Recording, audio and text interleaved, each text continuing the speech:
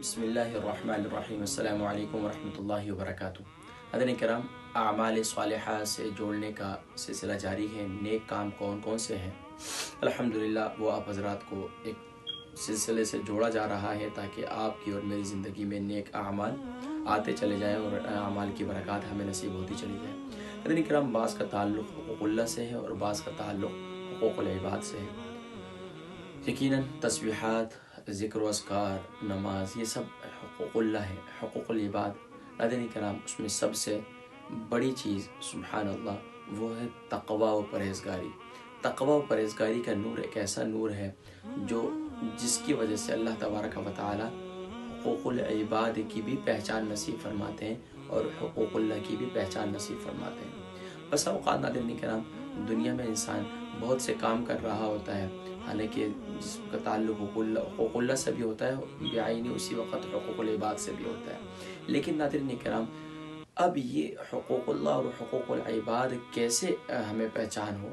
ناظرین کرام، حقوق اللہ اور حقوق العباد کو ادا کرنے کے لیے سبحان اللہ ایک واقعہ بیان کرتا ہوں کہ سبحان اللہ کہ ایک اللہ والے سے کسی نے پوچھا کہ حضرت یہ بتائیں کہ یہ تقوی کیا ہے؟ یہ تقوی کیا ہے؟ پرہیزگاری کیا ہے؟ اللہ کریم نے قرآن کریم میں جا بجا ارشاد فرمایا، اتقوا اللہ یا ایھا الذین آمنوا اتقوا اللہ، اے ایمان والو اللہ سے ڈرو، اللہ سے ڈرو، پرہیزگاری اختیار کرو، تقوی اختیار کرو۔ یہ کیا ہے؟ فرمایا کہ اچھا یہ سمجھنا چاہتے ہو، اللہ والے ہیں، قربان جائیے اللہ والوں کی مجلس میں، علماء کی مجلس میں ضرور بیٹھا کریں، وہاں سے بہت کچھ آپ کو نصیب ہوگا۔ یہاں تک کہ فرماتے ہیں کہ اچھا تم سمجھنا چاہتے ہو، آپ نے اسے ایک دودھ کا پیالہ دیا اور دودھ کا پیالہ دیا اور کہا کہ یہ دودھ کا بھرا ہوا پیالہ ہے، اسے یہاں سے لے کر جاؤ اور فلاں جگہ پر اسے چھوڑ کر آؤ، اور جاؤ بھی بڑے بازار سے ایسے جانا کہ یہ خیال کرنا کہ دودھ کا ایک قطرہ بھی نیچے نہ گرے۔ اللہ اکبر۔ اب آپ خود سوچئے کہ وہ نوجوان جو تقوی کو سمجھنے کے لیے آیا تھا، کس خوبصورتی سے اللہ والوں نے سمجھایا۔ اب اس نوجوان کو پیالہ دیا گیا، اس میں دودھ بھرا ہوا تھا اور دودھ کا ایک قطرہ بھی اسے کہا نیچے نہ گرنے دینا، اور کہا اب یہ تم نے بڑے بازار سے جانا ہے اور فلاں جگہ چھوڑ کر آنا ہے۔ اب وہ آپ سوچیں کہ اس نوجوان نے پیالہ لے کر کس طرح وہ اس منزل پر پہنچایا ہوگا، یہاں تک کہ ڈر ڈر کر، اس طریقے سے کہ کہیں دودھ کا پیالہ گر نہ جائے، آس پڑوس کسی کو دھکا نہ لگ جائے، کسی کا دھکا مجھے نہ لگ جائے، یعنی کہ بہت احتیاط سے۔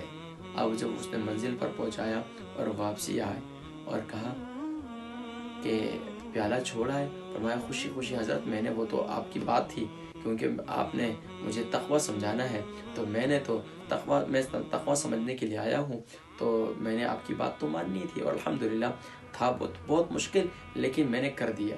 فرمایا یہی تقوی ہے؟ فرمایا یہ تقوی ہے؟ ہاں۔ کہا کہ حضرت واقعتاً تقوی ہے۔ کہا دیکھو یہ دنیا میں تم رہتے ہو اور ایک دوسرے کے خیال بھی کرو، اپنی نظر کی بھی حفاظت کرو، اپنے کانوں کی حفاظت کرو، اپنے ہاتھوں کی بھی حفاظت کرو، اپنے دل کی بھی حفاظت کرو۔